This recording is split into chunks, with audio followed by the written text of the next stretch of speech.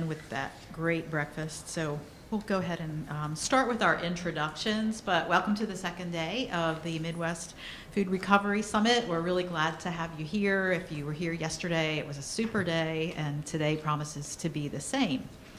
So welcome to this session, which is Combating Food Waste on College Campuses. My name is Linda Norris-Waldt, and I'm with the U.S. Composting Council, and I'm really excited to be introducing these speakers today on this really fun topic because there's a lot of great things going on with food waste recovery and composting and AD on college campuses.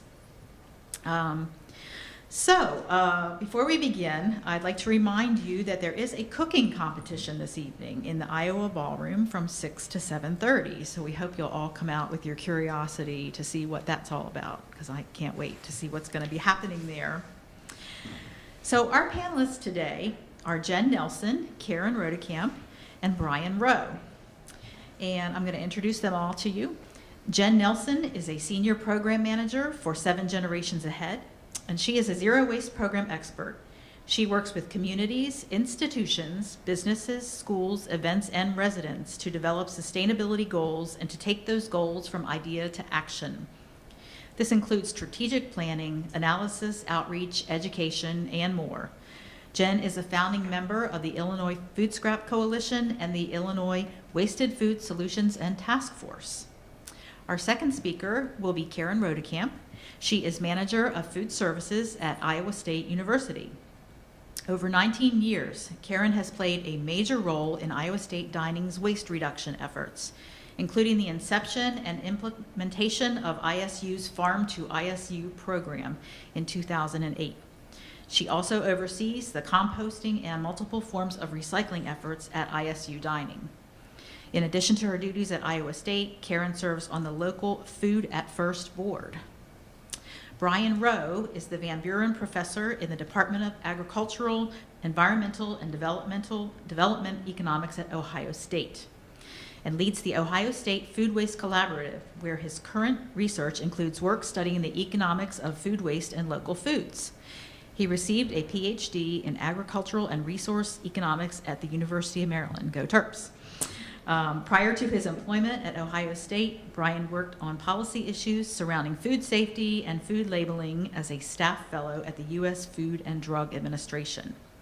So first, we will be welcoming Jen Nelson.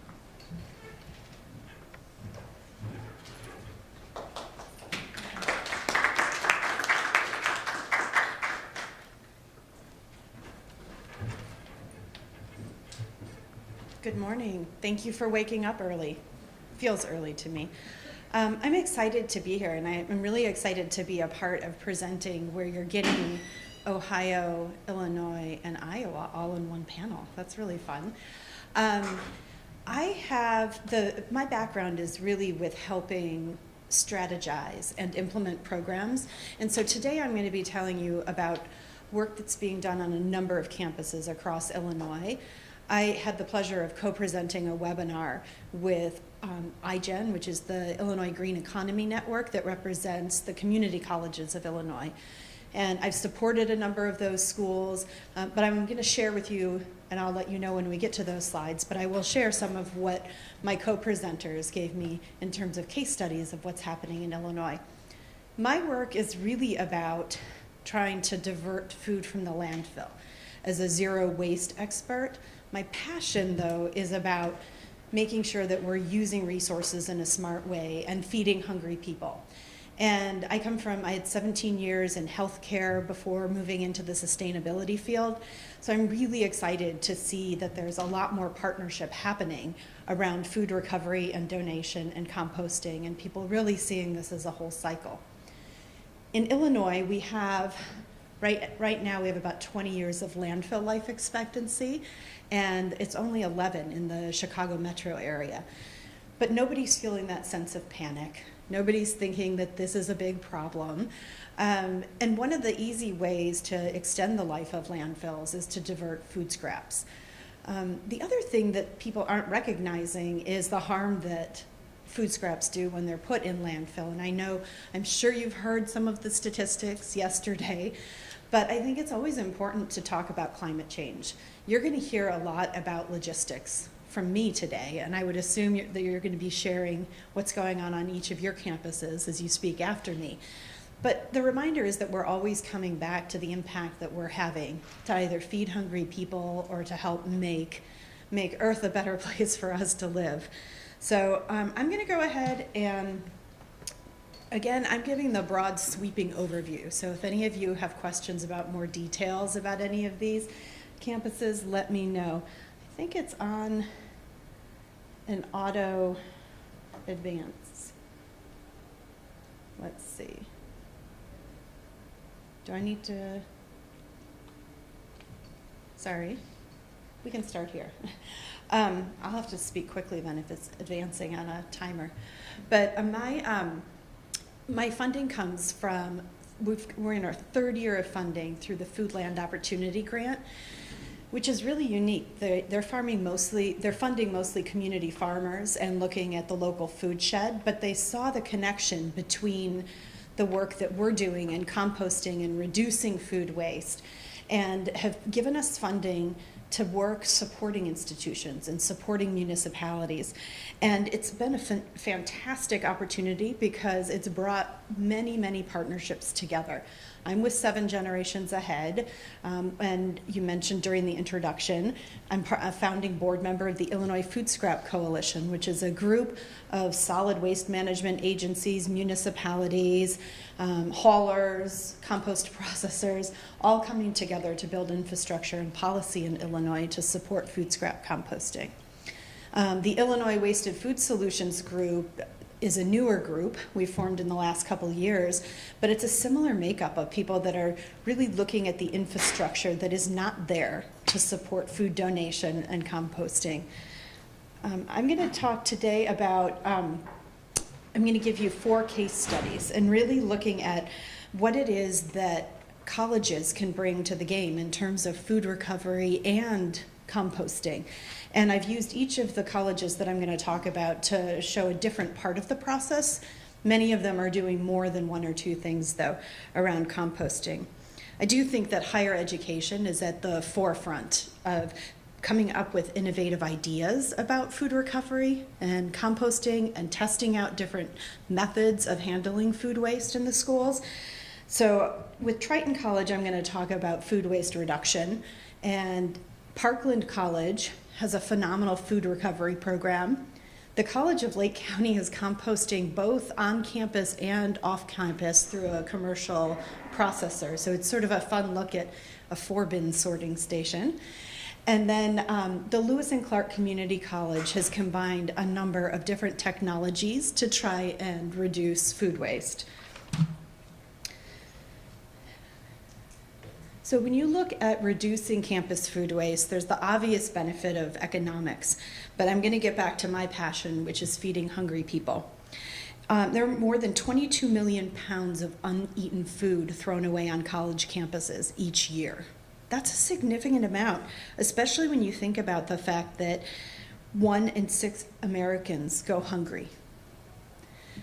So this is when you think about college students that are coming, I remember being in college and I remember being hungry. And this is something where you've got so many people that could be fed. We have food waste on campus that you can get from dining services, from cafeterias and coffee shops. You can have back of house, front of house food waste. One of the things that I do when talking with a college is really identify all of those sources of waste and then help figure out what's easy. Where do you have the support and the passion to get a program going that's going to be successful? You've got your cost savings, you have feeding people. I think that you've got an opportunity for partnerships within your community, across your campus, and you also have the opportunity to engage students and educate students through your food waste programs. So I'm going to start with a focus on food waste reduction, and I'm going to talk to you about, this is the chef instructor, Christopher Clem from Triton College. Phenomenal, energetic, imaginative faculty at the school who really challenges his team to be doing things in resourceful, ways that include collaborative menu planning between the instructors in the culinary program. They have a farm on campus. They're sourcing from their farm. They also they have a whole system of reservations and records so that they can be serving food in a way that's meeting the daily needs of the students in the classes.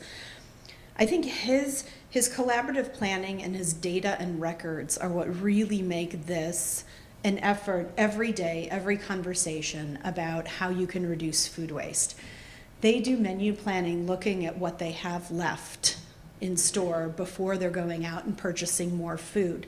They are willing to run out of food and take that risk that they'll make to order, but then when they run out of a dish, they run out of a dish. These are all things that take collaboration across the whole food service system, whether it's a culinary program or dining services. No matter how creative you are in planning, there's always going to be food waste. You're always going to have something left over. So the other thing that Chef Clem talked about was the need to really make every crumb count.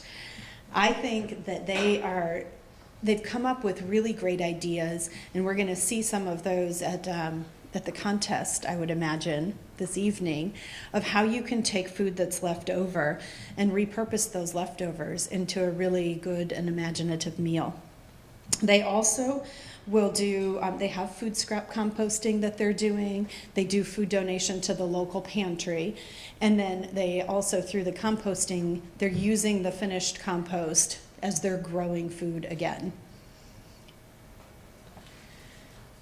So turning from food waste reduction to food recovery and donation, 13% of college students in a four-year college are food insecure.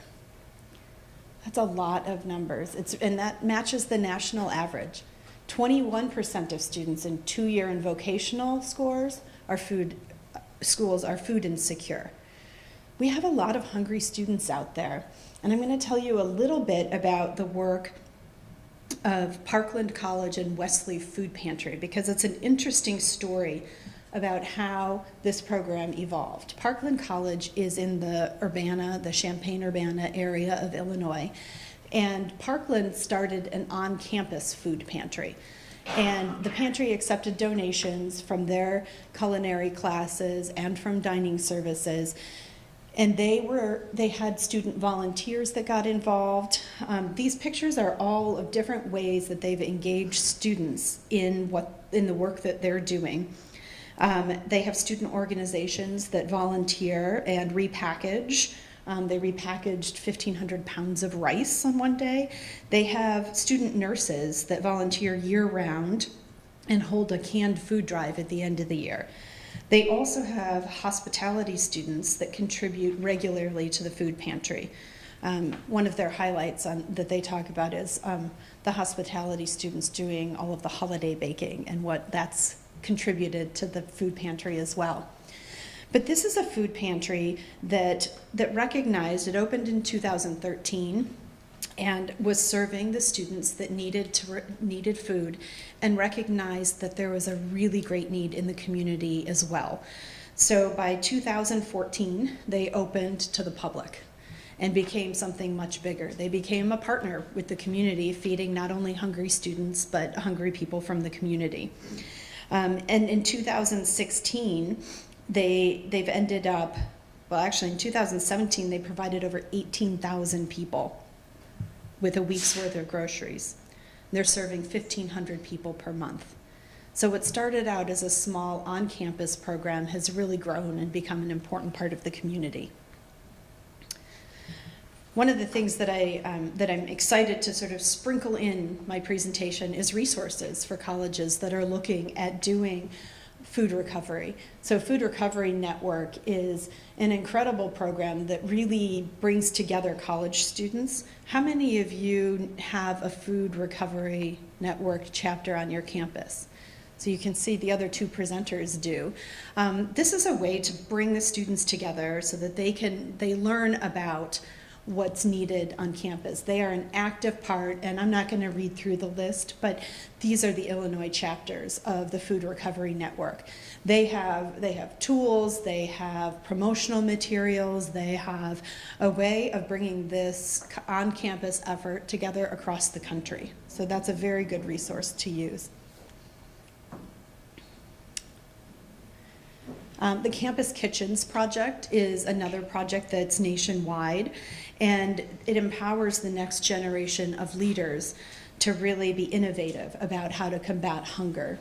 This is another one where it's focused on students, providing resources and education, and again, I've listed, there are only a few chapters in Illinois, but I've listed some of our closest neighbors as well. Maybe this is a challenge for us at the Midwest Food Recovery Network to encourage more chapters to develop in our area.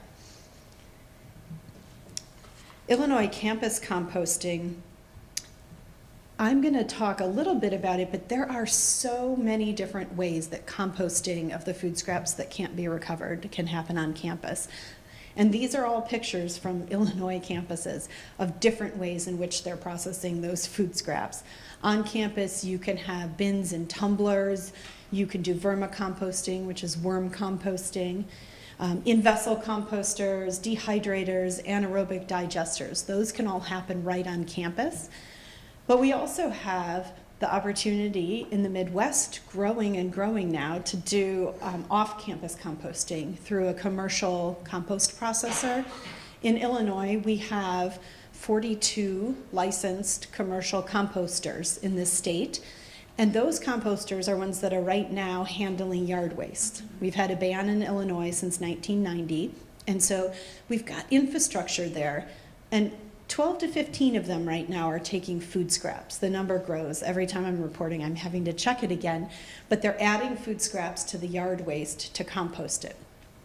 When you think about infrastructure and whether as a campus you're going to do on campus or off campus, there are different things to consider, both in terms of your environmental impact and the economics of it. Looking at where you are in the state, I talked about 12 to 15 accepting food scraps. They're almost all in northern Illinois. They're in urban and suburban areas, and much less so, we're not seeing as much food scrap composting happening in the rural areas. So that's where farm composting can become very important. The other thing to consider is which food scraps on campus you're going to compost. There are opportunities back of house, which is considered pre-consumer. That's where the cooking is being done. There's front of house, post-consumer, which is plate waste. And obviously there are benefits to both of these. Back of house is easier to manage. It's easier to make sure that you don't have contaminated food scraps. But front of house gives you a much greater volume of food scraps, as well as the opportunity to educate students. So this study is of the College of Lake County, which is in the northeast corner of Illinois. And they're the school that I told you that does both on-campus and off-campus composting. They send food prep items to they have a farm on campus, and they've been doing coffee grounds and sending that there for years, and then decided to expand when commercial composting became an option in Lake County.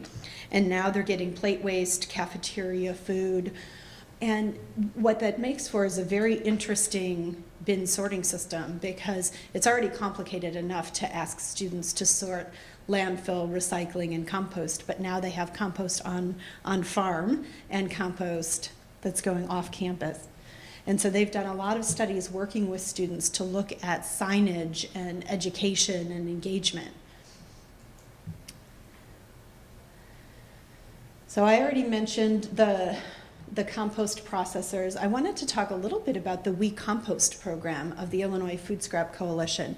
We Compost is a free recognition program in our state for any businesses or institutions that are doing food scrap composting. And we have 187 partners that have been identified already, 51 of which are universities and schools. You can see this list shows you all of those that are certified through We Compost. So this means they're taking their food scraps off campus, they're using a commercial hauler, and That's a recognition of building that infrastructure in a state where food scrap composting is relatively new.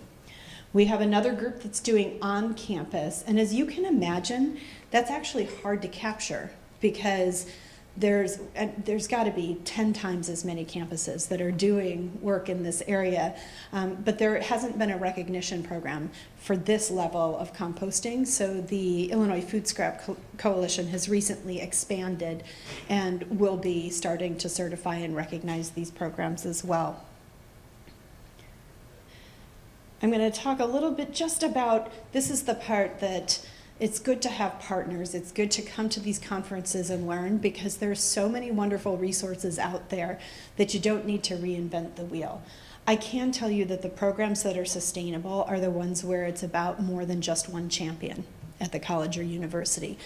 And you're going to hear a little bit in the presentations about the different departments that need to be involved, the different student groups that need to be involved.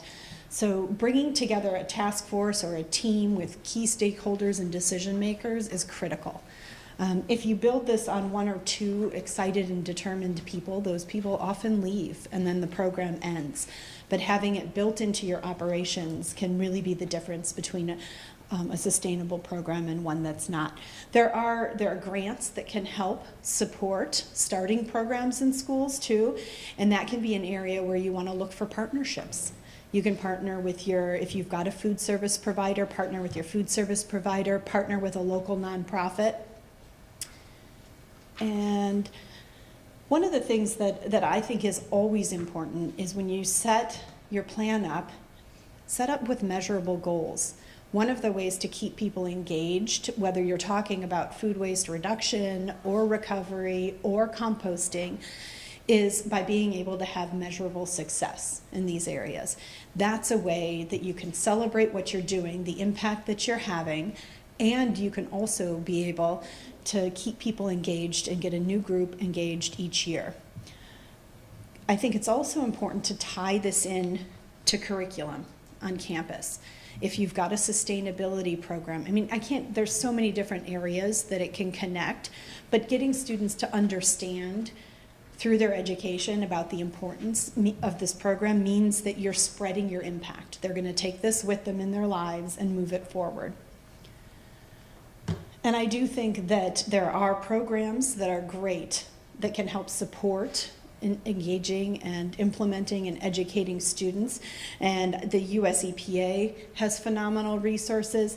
These are all linked when you get the presentation. You can go to the websites and see what's going on, but there's recognition for colleges that are doing this work. And I'm out of time, I can hear the bell. So I'm gonna go ahead and wrap it up because I've already mentioned some of these. But I think that look at the list of resources for colleges and universities in Illinois. There are toolkits, there are people out there who can help you to design a program that's going to be successful. And I will end there. And I think we'll save questions for the end. Yep. Okay, thank you.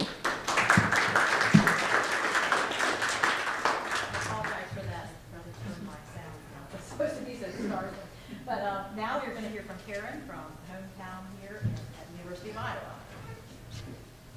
Good morning, everyone. Good morning.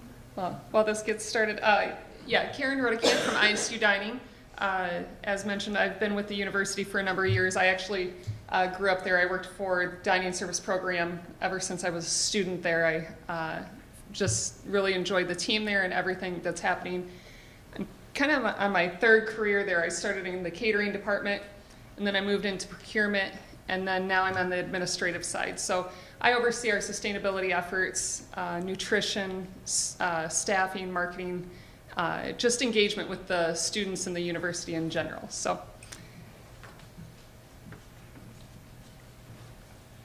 who are we? I thought it would be good to explain the scope of our dining program.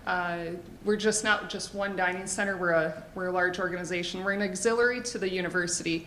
We fall under this Division of Student Affairs, but we operate like a business.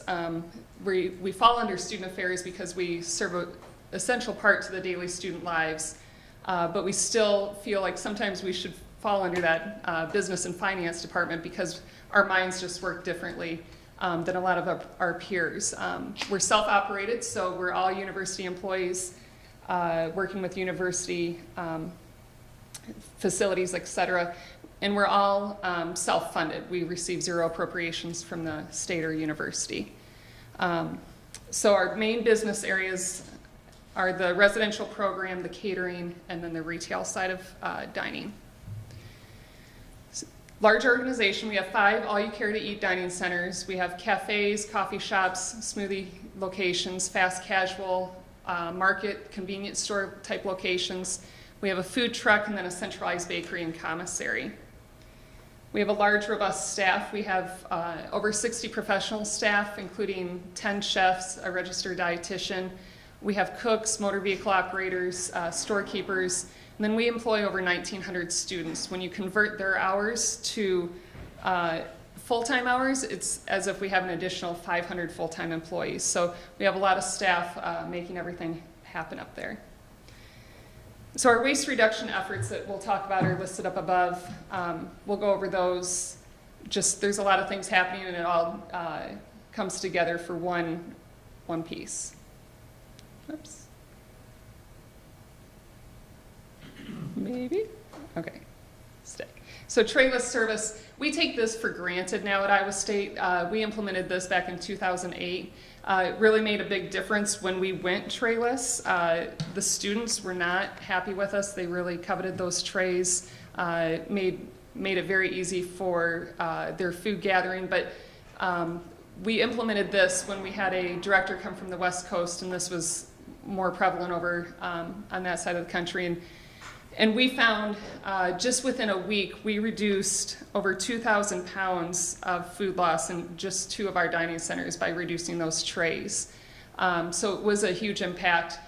Today, nobody thinks anything of it that we don't have trays, but when we traveled just to 2 or 3 universities this past year, there are still universities who are using those trays, and you just realize what impact that can have just by getting rid of those trays. Composting. So we compost at 4 of our dining centers. We save back that pre-consumer and post-consumer waste. So when the cooks are preparing the food, they're saving that food scrap back, and then anything that comes off the dish line, we're holding that back. And then our facilities planning and management department of the university, they pick that product up, and then they haul it to the compost facility that's university managed.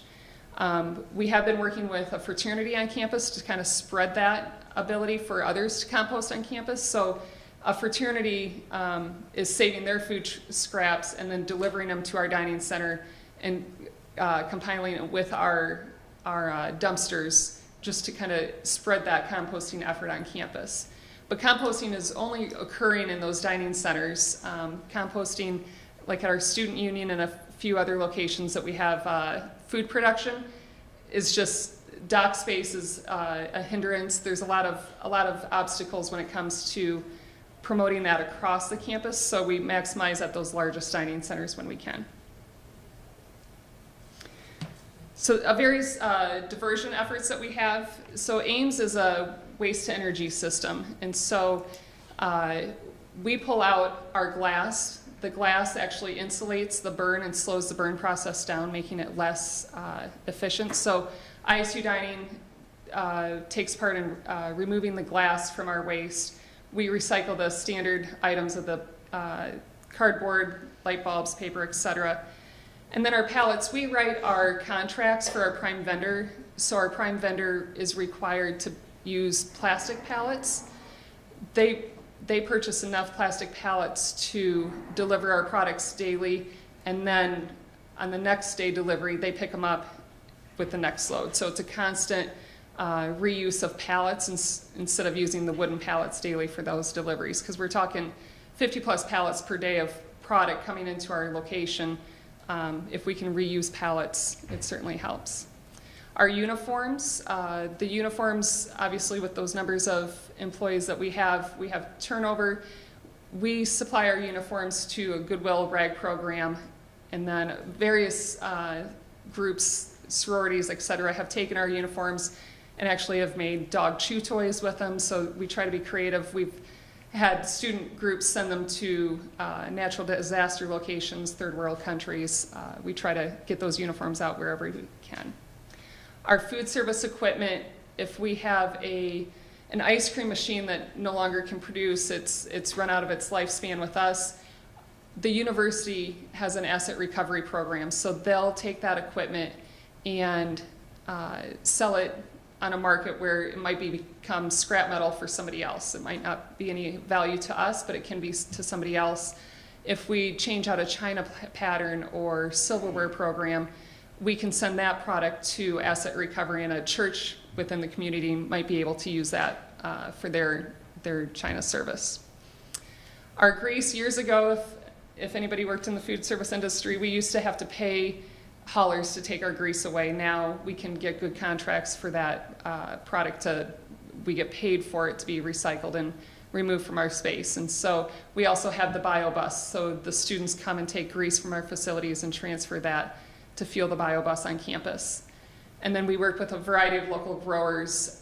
We have worked with our health inspector where we can reuse those containers. So if they invest in reusable containers, we can save them back in our facilities. Just like those pallets, we can exchange them out. So once that initial investment is done from the growers, they can continue use of them.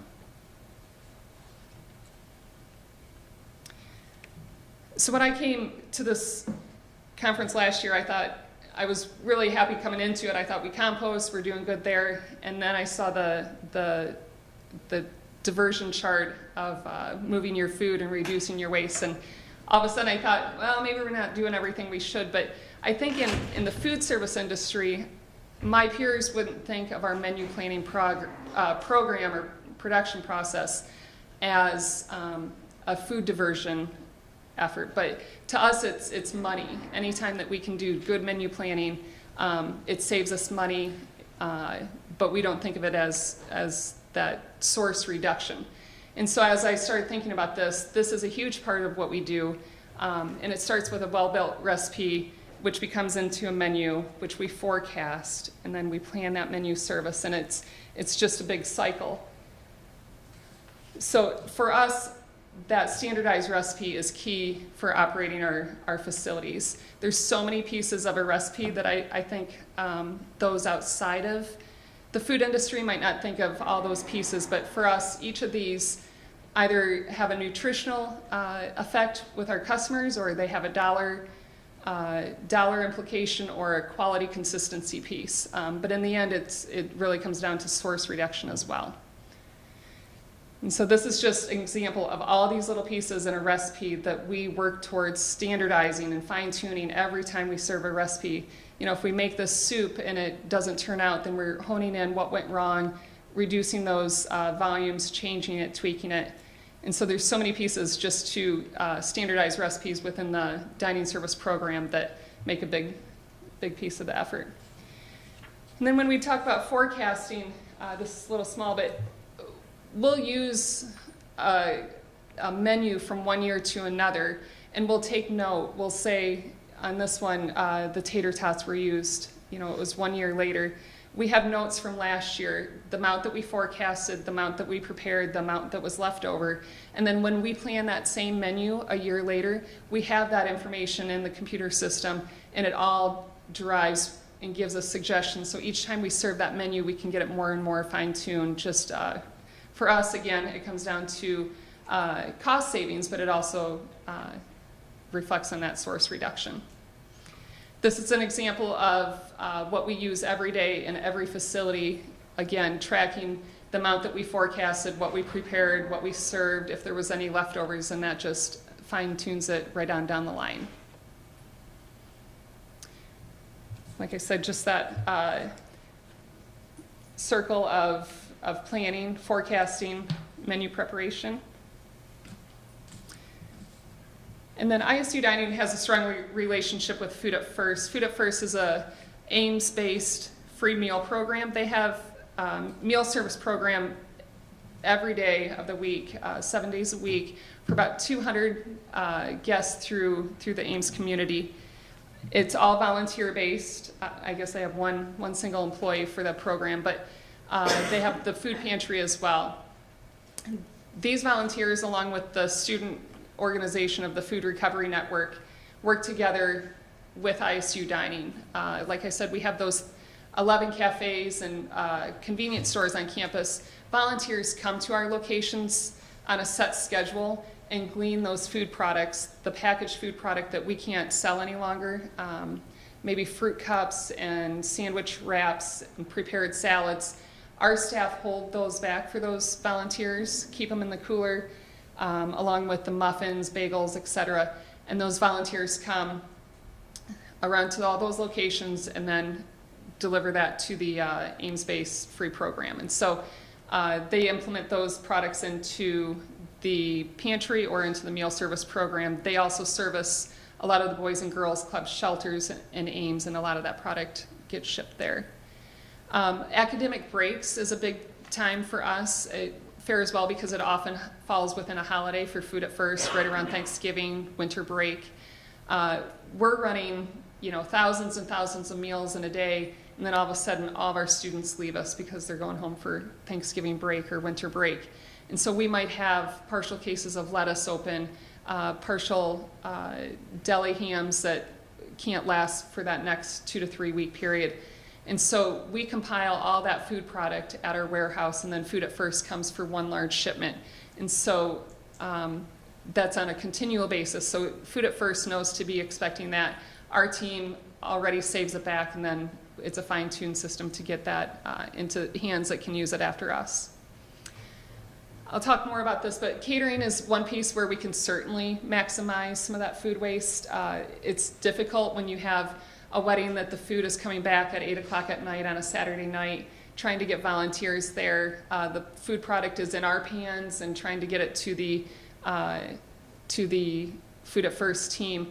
We're working on that, but that's definitely a area that we could maximize on. And then I like to tell the story. We make all of our bagels from scratch daily. When we're in between bagel doughs, if we're making blueberry bagels and then we switch to the cinnamon raisin bagel, inevitably there's these hybrid bagels that come out. We can't sell them because of their nutritional content is unknown, the allergens, etc. But our team continues to produce them and hold them back, and so daily Food at First is able to pick up 4 dozen-ish fresh bagels every day from our bakery made from scratch. So that's certainly a bonus that that product isn't going to waste every day. Additional efforts on campus, we have a Bring Your Own Cup program. We installed pulpers on our dish machine line, so when the students in the dish machine are rinsing off those plates, there's a lot of food debris that gets in that water line, and so we pulp that water before it goes into the City of Ames water line. And then food insecurity, we certainly work with that on campus. Obviously, being the dining service program, we can play a role in that. We have a student-run food pantry on campus. Right now, it's literally like this really hot closet in a building that's hard to find. And so the university and ISU Dining, we're working with those students to see what we can do to make that location a little bit better for the students who use it, maybe make a cooler refrigeration option available for them. So we're brainstorming as an entire campus to see what we can do to make that a better option for everyone. And then a meal share program, we hope to implement this in January, where we have students with the required meal plans. They can donate a swipe to a student in need. ISU Dining can bucket those, and then with the assistance of maybe the financial aid department on campus or the student assistant services program, they'll know of students in need, and they can make that request, and then we can put meals on another student's card in need. More of an emergency piece, maybe a parent had a situation and the students are in trouble just for a week or two. It's not a long-term solution, but certainly get some students past some of those hard times. And then education is a big piece, as mentioned before. This is a compost table. The students love when we show the process of how composting works. It does require usually me going to the compost facility and digging through the hot, steamy compost and getting good samples, and then going to the dish rooms and being the crazy lady who's sorting through the garbage at the dish rooms and in the kitchens. But students love seeing that process and knowing that that makes a difference. And then our team does a lot of education, doing a lot of presentations to our environmental health and our environmental science groups, English, LAS. We're constantly presenting to a variety of lecture classes on campus. And then we have a local food festival. We work strongly with the Live Green initiative on campus, spreading that word and educating the students on efforts throughout campus. So future plans, pallet plastic wrap, that's something that we go through a lot of. That shrink wrap that comes, we're looking to divert that. Like I said, those catered events, this is an event that was just the week before classes started. We do a picnic for all incoming freshmen, so it's 6,000 students that we plan for. Getting those numbers exactly right is a little tricky, and so with those catered events, this one specifically, we worked with Food at First, told them, Thursday night, 7 o'clock, just come, just assume that there's gonna be food to pick up. And so right on time, they came, they had their van, they brought the foil pans ready to go. We transferred the food from our pans to theirs, and then they headed out with 10 pans of cooked hamburger meat. So when you can do the planning in advance and know that you're likely going to have leftovers for a large-scale event, relationships like that really work well. And then we're constantly reviewing our packaging. Like I said, we do a lot of to-go product, a lot of pre-made fruit cups, salads, sandwiches, wraps. All those are in this beautiful clear plastic packaging that displays our food nicely on the shelves, but it's not compostable right now. But it's hard for dining to justify investing in compostable material when the student who takes that product can't compost it once they leave our facilities. And so working with university to really make sure that what we're doing makes sense on the campus efforts. And then straws were a hot topic this summer, so much that when I even just tried to get a case of compostable straws in just to see how they hold out, I got 4 individual straws because the production was so tight on those, they couldn't even give me a case to sample. So straws we'll be looking at, obviously, as that becomes more readily available, and then constantly just reviewing university efforts. And that's it for me. Thank you.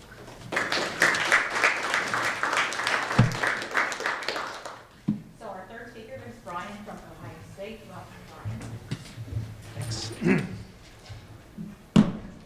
Good morning. Very inspiring hearing what's going on. We've got Ohio, Illinois, Iowa. Where's Indiana is my question. We'll get them here next year, hopefully. Well, I'm excited to talk to you today. A lot of similar themes to the previous 2 speakers, a slightly different, perhaps, approach to organizing this in terms of, and it's also a nice contrast, I think, between sizes of institutions as well. I think the community colleges were probably more on the smaller side, probably 5 to 15,000. Iowa State's probably at 20 to 40,000 in that range. 35,000. And at Ohio State, we're looking at on campus of about 60,000 students all in, plus 40,000 staff, plus the medical center, which brings in another population, and plus football Saturdays, which is another 150,000 people on campus. So we do have kind of a range of needs for our various university communities.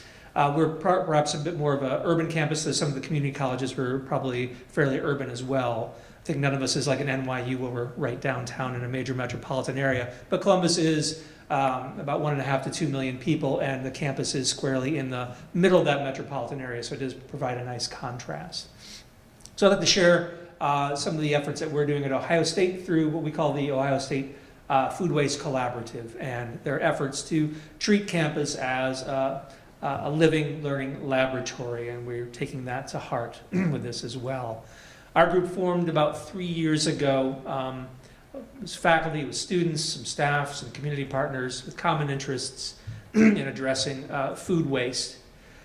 We had got some seed funding from various sources. One was that Ohio State's been on a tear privatizing various assets. Our parking facilities are on a 50-year lease to a private entity, which resulted in about $500 million lump sum to the university. We've just done that with our energy grid as well, which resulted in about $1.1 billion lump sum payment up front. So that's another just conversation I'd be happy to have with people, as well as whether that's a good or a bad thing. But we took some of this seed funding from our food group and from the President and Provost Council on Sustainability to generate this group. And our mission is to reduce and redirect food waste in kind of pursuit of a more sustainable food system. We've got elements of leadership from the faculty ranks, from kind of the operations ranks, from our facilities, and from our medical center, as well as great cooperation from dining services. We've got students on here, not enough, we probably need some more, as well as external partners representing Ohio EPA, private sector, and we also have some research partnerships with other universities around the country as well, plus a minimum amount of staff, some admin staff, and then some project staff supported through a little bit of internal grant funding as well. Our activities are kind of multifaceted because we have people from operations and students and faculty. We do have also a strong research bent to this, seeing this as trying to synergize across all the kind of aspects of land grant system. We've got outreach, we've got education, and then we've got research as well. So we're looking at issues such as consumer behavior, economic analyses, supply chain issues, and these are manifesting through various articles and presentations, grants. We even have a app that we have developed as part of one of those research efforts. A large part of this as well is leveraging our educational institution through outreach and education and network facilitation. I'm so encouraged to hear that Illinois has this great food scraps recovery network, great effort. We're not quite there in terms of Ohio, so we're hoping that this can help stimulate some of that network building as well. And we feature an annual conference along with webinars from time to time throughout the year. And various projects that are focusing on outreach, including one where we're working through trying to understand and perhaps even revise some of the Ohio State Code on date labeling. We worked through some newsletters and an email group as well, plus plenty of media engagement tied to our various webinars and research outcomes when they get published. And then we as a group also try to provide consultation both to on-campus entities and in community and even state and national efforts as well. Some of our research that is out there in the public sphere through publications. One that's going on right now that we're very excited about is understanding the words that go on packages with the date labels. These are very important issues, both where consumers using the product as well as the food donation entities who are trying to decide whether or not they are able by rule or by norm to be able to use these products in their food pantries and other types of hunger relief settings. So we've got some work going on there with our food science department and several graduate students. We've got students writing essays focused on food waste, including Angel Arroyo Rodriguez, who some of you may know, who's working on predictors of household participation in municipal programs for recycling household food waste through curbside collection. So very excited. He just presented some of those results at an international conference.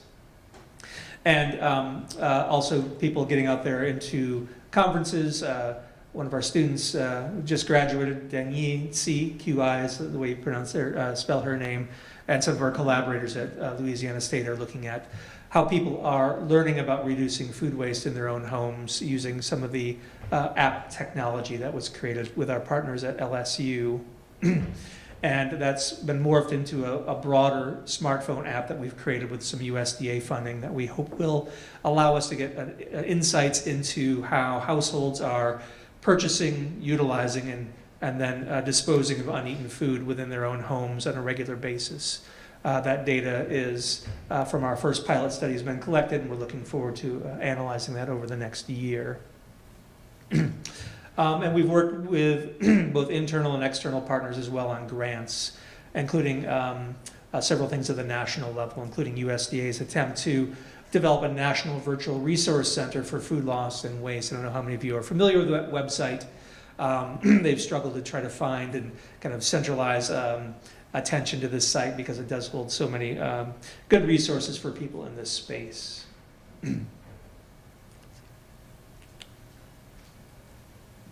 Maybe I can get this to forward. There we go. Outreach is central to us. Ohio is an interesting state in that it has multiple large metropolitan areas, all of them seemingly 2 hours apart from one another. So it's tough to kind of coordinate necessarily because every corner of the state is kind of doing their own thing. And we're trying to provide a platform where we can bring folks together from the various parts of the state and talk about this through our annual conference and webinar. And again, that's cultivating these conversations and networking opportunities to stimulate learning across the state and the region. And we draw people from the hunger advocacy groups, consumer groups, waste and composting handlers, business and entrepreneurs, municipalities and schools, food service entities, environmental groups. Again, a little bit like this conference and bringing together a very diverse clientele to talk to each other about common issues. And we try to bring in some speakers from around the country. We'll be bringing in Brenna Ellison from University of Illinois this year for a conference on October 11th to focus on university level issues as well. And these are available typically online. We try to capture these presentations.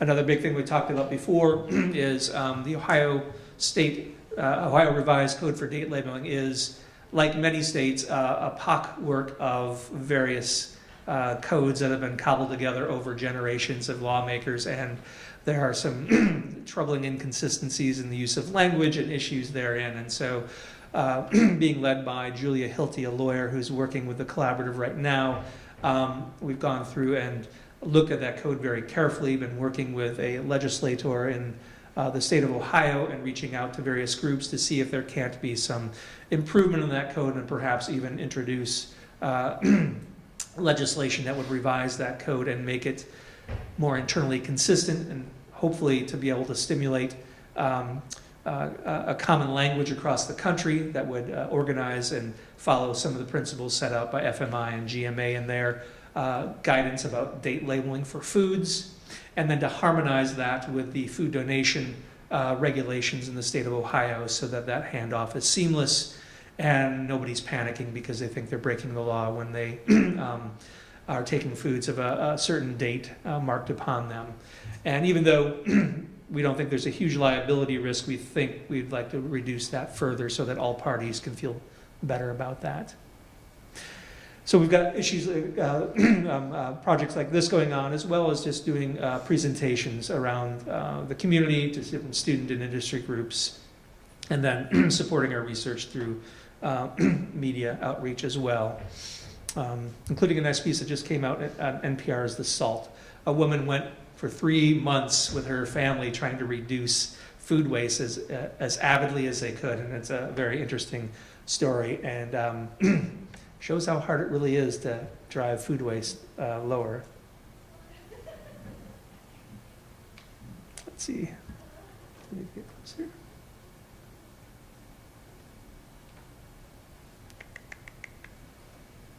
Maybe you could advance it, please. Thanks. There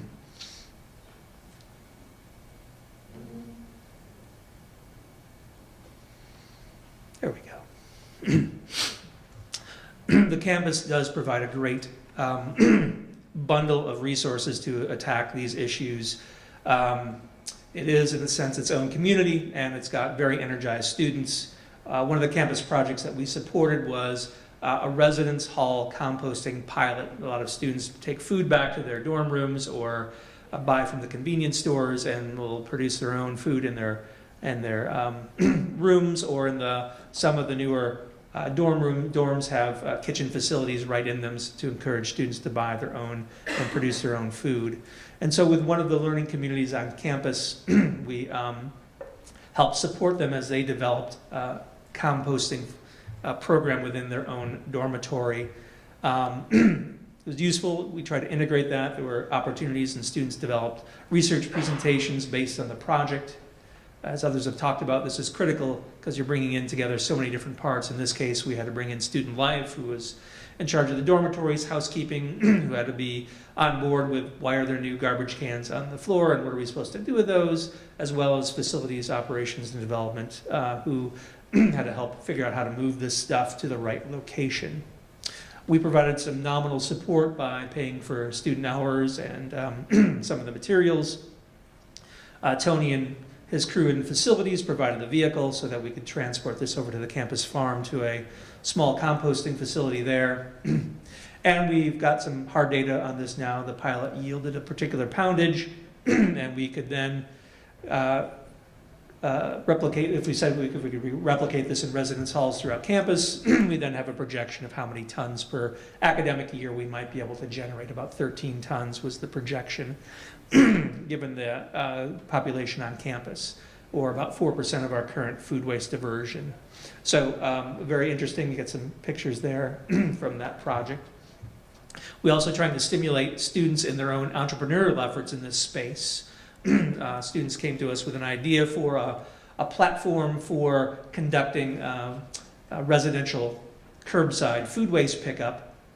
And so we provided some general advice and support to this group, facilitated their networking, and then actually provided a small grant to students to help them do some research on the area to kind of provide them a little bit of time and space to essentially revise and develop their own business plan.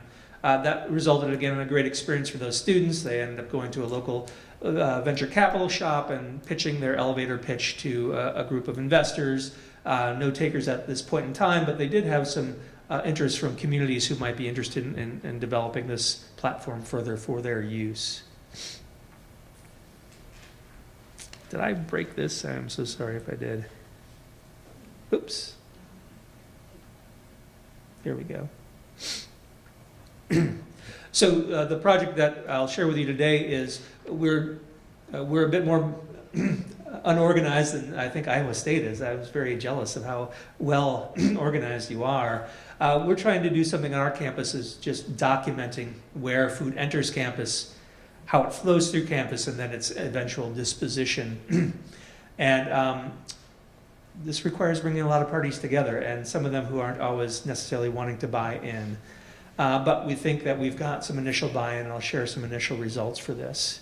Because our goals are to stimulate new thinking about how to limit waste, which we all like, and help push us towards our university sustainability goals, which were released a couple of years ago and are being tracked carefully by the president and the provost's office. Try to document success stories that are already in place that might not be receiving their due credit, and then permit campus-wide sharing of ideas, because when you get a campus of hundreds of thousands of individuals, there's still a lot of fiefdoms out there that aren't talking to one another.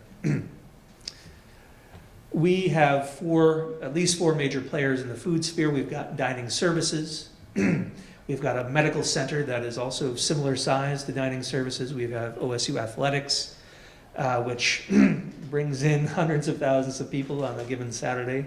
And then we've got business advancement as well, which has its own set of entities of food serving people.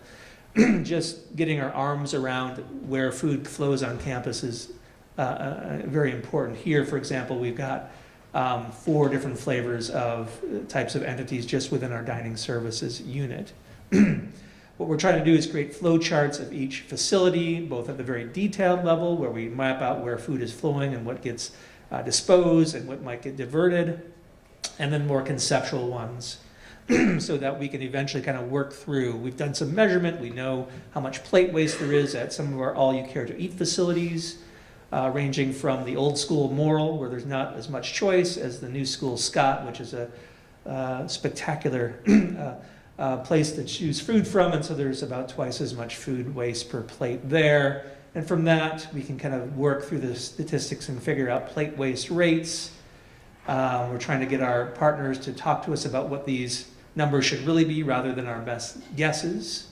And then from here, trying to figure out how much plate waste or how much waste is being generated in the back of the house so that we can actually understand the amount of food flowing to each facility. And so we're working through a process right now with these various facility managers to get these parameters so that we can eventually get to kind of a per patron flow of food into the back dock through the kitchen, and then what happens after the kitchen, whether that is being consumed, landfilled, or somehow other way diverted, so that we can get to this. And then for one example here, if we can eventually scale this up to find quantities that can then be used later for planning purposes, so that we can understand the tonnages that are actually flowing through and available at the end of the day for each facility. And look at kind of low-hanging fruit, whether there might be a facility with a lot of landfill material that could be a first point of entry for work. And our big goal is to replicate this for every location, integrate numbers into kind of a grand flowchart for the university, put it in a spatially articulate map so that we can facilitate route planning for the campus, which is still in its infancy, unlike some of the other examples talked about today. So we're very excited about this, but there's a lot of work to do. One other project I'll talk about briefly is our black soldier fly composting facility. Facility is a bit of a stretch. We have a shipping container. It started off looking like the top left, this red shipping container, and then we talked with our university architect, and they said, convince me that your resting red crate of maggots is aesthetically pleasing. And so we spray foam insulated it and matched it to the building behind it, and voila, that is now aesthetically pleasing. But we're excited. Andrew there is leading the charge, top right as the leader of this, and we hope to bring these, I think we're actually populating the facility this week at OSU now that the temperature is down a bit, and we're hoping that we can then see how well these flies can process post-consumer waste with high levels of contaminants to see if they can eat around the contaminants and utilize that so that we can eventually close the loop. The flies will grow, turn into animal feed, and hopefully use those right there on the farm to perhaps produce food that would eventually be used in our dining services. A long way to go, but we're very excited about that possibility. So with that, I'll stop and thank some of our key collaborators here, Katie LeBlanc and Meredith Kruger and our Food Flows team, Andrew Jones, manning the Black Fly Station, and Sarah Grossman and the Living Learning Community with the composting pilot program. So thanks. So if I could ask Jen and Karen to come on up, and we have a few minutes for questions.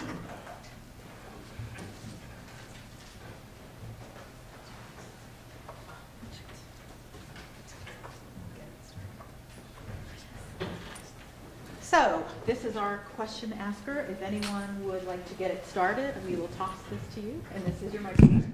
Questions? I'll toss it since you have the computer in your hand. So what is the deal with this? Just speak in. Oh, okay, got it.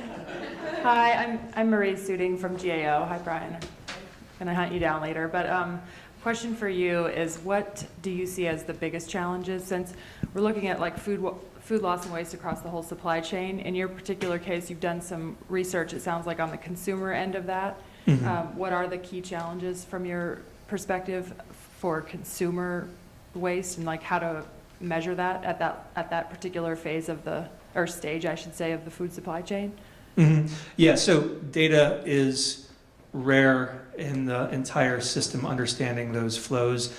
Some of it is very refined and precise, but those are typically in privately collected, strategically important data points that are not being publicly shared by a lot of entities. So the consumer space for understanding food waste, NRDC has done their best with their 3-city collection of data through diaries. The diary apparatus has its problems as well. We're trying to take a crack at it with our app and using some very intensive studies with that as well. So I think understanding and getting quality data at each stage from field all the way to consumer is the overarching issue, and then bringing those together because they're all going to be in different systems, all partially proprietary. These are huge issues. The FFAR conference last November, if you were there, talked about some of these major issues with that, and I think those are all still present. but once in hand, then we can think about the larger macroeconomic implications. So if consumers are incredibly good at reducing food waste, that's like a demand reduction for farmers. So what does that mean in terms of farm prices, for land use? So these are some very exciting and interesting questions that, once some of the data issues are dealt with, can really lead to answering some of these bigger, broader questions. Other comments? Yeah, I would be interested for our student education. Last year I learned there was a study done where, you know, we would want to educate our students with their plate waste, the amount of waste that's coming back. But what I learned last year at this conference is you actually have to be careful with how you educate that you're composting and the message of plate waste, because it actually gives a feel-good scenario regarding, oh, well, if you're composting it, then I have the okay to waste more. And so I think that's something that we would like to look into, is how we get that messaging across to our students, and the more scientific approach to that education, so we're not skewing what our goal is in the end. I think I don't have an answer to that question, but I did want to make a comment. I had a comment for you. You talked about being jealous of the Illinois Food Scrap Coalition, which was inspired by Angel and what was happening in Ohio.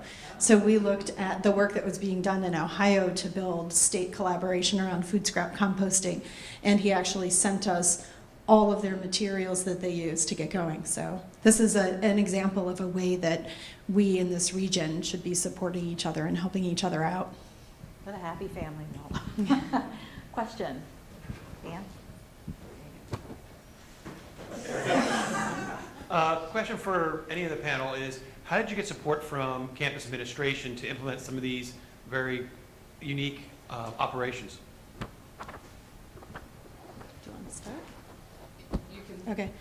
I think when you're talking about food waste reduction, you are often talking about cost savings, and that makes it easier to get people to the table and get support for these programs. I think also we have a lot of sustainability plans in place that don't specifically reference what we're going to do with food waste reduction, but it's a way to meet those bigger climate change goals and other sustainability programs on campus. I think that that's one way. I think student demand is another way. I think there are a lot of students that are willing to invest time and energy and effort and research and degrees in figuring out these problems. And I think that speaks to administration as well. When I think about the composting was actually, dining was approached with the composting piece. The food at first, I think, was probably student driven. I think each time it's, when it makes sense and it's achievable, we'll certainly go that route. Right now, dining serves on a committee with other leaders across campus, and we're actually developing sustainability initiatives to support or to provide to the administration so that it can be more grassroots, and then once we get the administration to come on board, then it can go across. And so I think just for dining being a player at the table in the beginning and knowing our impact, and then, like I said, that compost piece and our packaging, it needs to be a joint effort on campus, because it doesn't make sense if only one entity is going to go, compostable containers, but there's not going to be the ability to move them forward. And so that's just one piece, but there's so many more that it's a joint effort on campus. Yeah, I think a lot of universities are chasing ASHI stars, so that's the rating system. And so the sustainability goals that are publicly, OSU has publicly stated sustainability goals, and this is a critical element to that. They want to do well at ASHI and show that they're looking good on those metrics. The big issue I see is that there's a lot of interest in stimulating seed initiatives, one-off initiatives, but very little funding for anything that is then longer term. And so there's a lot of great things that are spun up, ideas started, but oftentimes if you can't find in relatively quick manner a means to sustain that, activity, then it goes away. So that's probably the challenge that remains in that area, at least at our university and maybe others.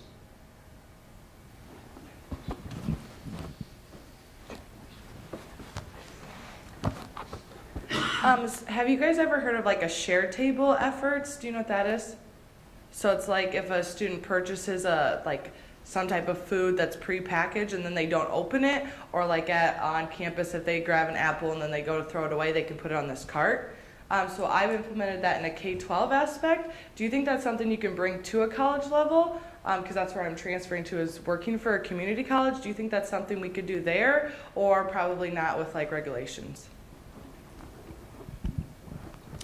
The same regulations that apply in K through 12 will apply on the community college campus as well, because you're looking at, federal and where your dollars may be coming from to support meals. You're looking at state regulations, and you're looking then at local and health safety regulations. You probably had to jump through all of those hoops in the K through 12 school to put that in place, but it would be the same hoops, and it can be done on a college campus as well. I think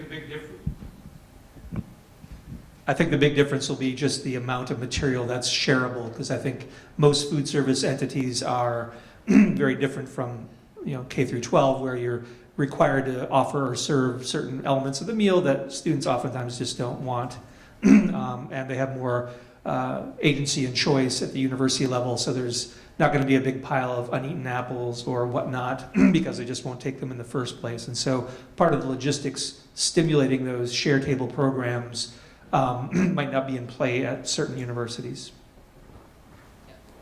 I was just going to say, if they're not going to eat the apple while they're in the dining center, they're just going to shove it in their backpack and take it with them. So certainly something to consider. When I was pulling that compost out the other day, it's amazing what comes back on the belt line with just one single bite taken out of it. It's sad, but yeah, I think in the university setting it's just different. I think because they can take it outside, or depending on what the product is, they'll just take it with them if they're not going to eat it then. If anybody wants, I've got like 30 hours of footage of trays coming back from our dorms, looking at seeing what food remains uneaten. Riveting. Maybe you could sell it to Netflix. Exactly. So we are at the end of our session, ready for our break. I'd like to ask everyone to give a big hand for these great presentations. And thank you to our speakers. I'm sure they'll be around for a few minutes if you want to talk to them. The next session in this room is Leading the Way Forward. And we would ask you to please go to your app and rate this session so that the organizers have some feedback from you. Have a great day.